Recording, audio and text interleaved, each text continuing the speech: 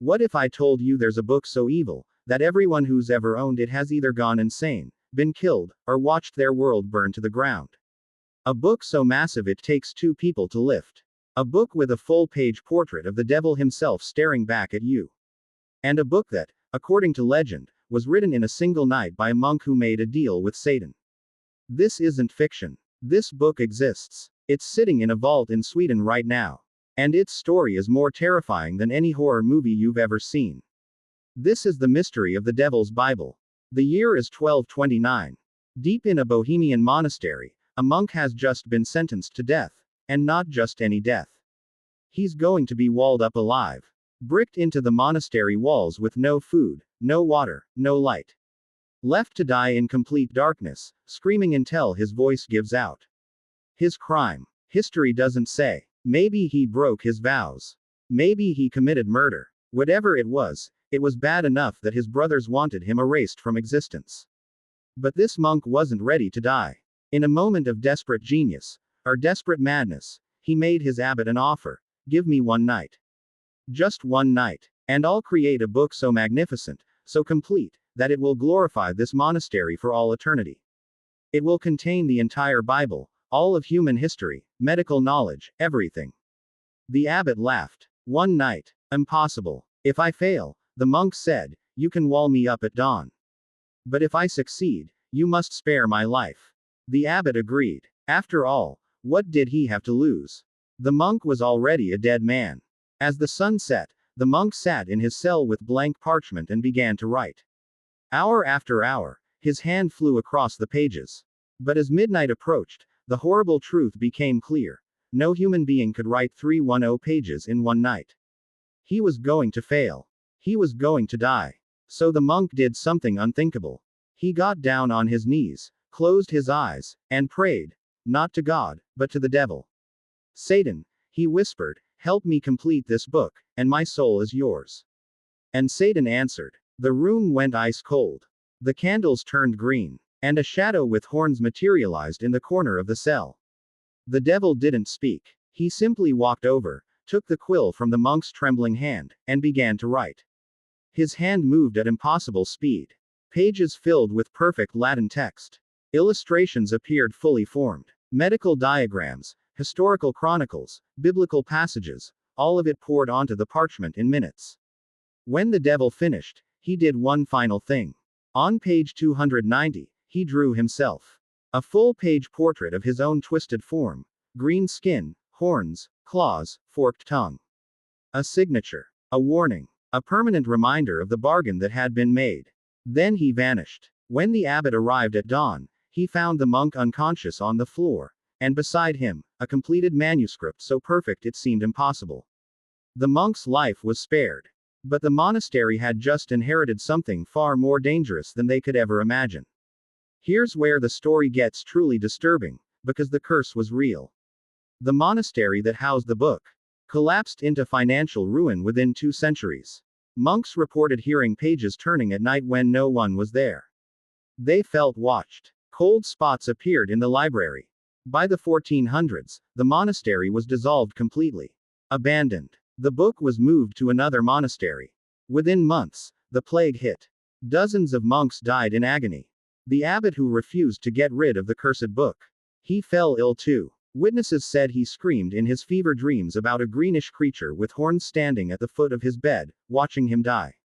Then in 1594, Holy Roman Emperor Rudolph II heard about this devil book and became obsessed. Rudolph was already deep into the occult, alchemy, magic, dark rituals. He seized the manuscript and brought it to Prague Castle, convinced it contained secret knowledge that could unlock the mysteries of the universe.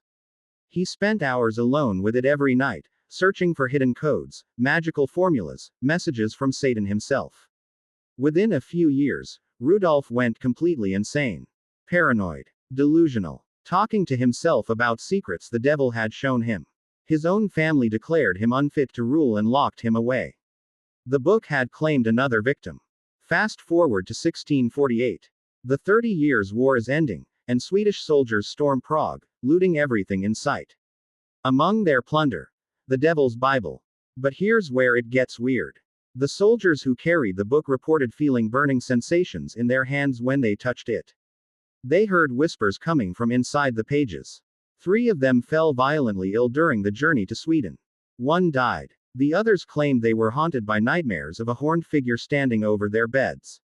The book arrived in Stockholm and was placed in the Royal Library. Everything seemed fine for about 50 years.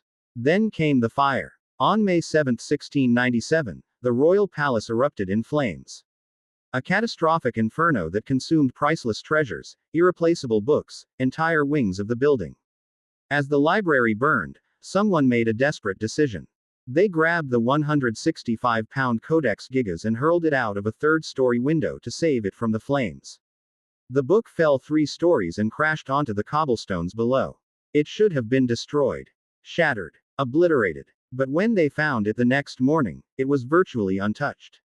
A few scorch marks. Some minor damage to the binding. But otherwise, perfectly intact. The person who threw it out the window. Severely injured. Never fully recovered. It was as if the book had protected itself. As if something inside it refused to let it be destroyed. So what's really going on here? Is this book actually cursed, or is there a rational explanation? In 2007, scientists finally examined the Codex Gigas using modern technology. And what they found was shocking. Not because it proved the supernatural, but because it raised even more disturbing questions. First, yes, one monk really did write the entire thing. The handwriting is identical from first page to last. But here's what's bizarre. There's no sign of aging in the handwriting. No tremors from old age, no variations that would indicate 20 or 30 years passing. It's as if the monk didn't age while creating it. Second, using multispectral imaging, they discovered something hidden. Erased marks. Corrections that had been scrubbed away so thoroughly they were invisible to the naked eye. The monk had obsessively hidden every single mistake. Why? What was driving this compulsion for absolute perfection? Then they found something that made researchers' blood run cold. Hidden in the margins of certain pages, written in microscopic text almost invisible without magnification, were strange phrases in a language that couldn't be fully translated. One phrase appeared multiple times throughout the manuscript. He watches while I write. Who was watching? God, the abbot, or something else? And then there's the devil portrait itself. Chemical analysis revealed something impossible. The pigments used to create that image contain compounds that weren't available to medieval monks in Bohemia. Materials they shouldn't have been able to obtain. Where did they come from? Here's the theory that makes the most sense, and it's somehow more disturbing than the legend. What if the monk didn't make a deal with the devil? What if the book itself drove him insane? Think about it. 20 to 30 years of isolation. Writing alone in a cell, day after day, year after year. The obsessive erasure of every mistake. The paranoid notes about being watched. The inexplicable materials. What if, after years of this work, the monk's mind broke? What if he started to believe something was helping him? Guiding his hand. Watching him. The devil portrait wasn't a record of a bargain. It was a self-portrait of what he believed he'd become. A man so consumed by his work, so isolated, so obsessed with perfection, that he lost his humanity. The book didn't carry a curse. The book was the curse. The act of creating it destroyed the monk's sanity. And everyone who became obsessed with it afterward, Rudolph II, the countless monks, the researchers, they all fell into the same trap. The curse isn't supernatural. It's psychological. It's obsession. It's the human mind destroying itself in pursuit of forbidden knowledge. Today, the Codex Gigas sits in Sweden's National Library, behind protective glass. It's been digitized. Anyone can view it online. But something strange still happens. Modern researchers who study it report the same experiences: vivid nightmares, feeling watched, psychological disturbances. In 2011, an archivist refused to work with the book anymore, claiming she heard pages turning in the sealed vault at night. Security cameras showed no one entering. The library now has a policy: no one is allowed to study the original manuscript alone. There must always be at least 2 people present. Why? What are they afraid of? 800 years later, the Devil's Bible still has the power to disturb anyone who stares at it too long. The devil portrait on page 290 still seems to look back at you with those ancient, painted eyes. And that phrase hidden in the margins, "He watches while I write," takes on a new, more terrifying meaning. Because maybe the monk wasn't crazy. Maybe something really was watching him. Maybe something is still watching.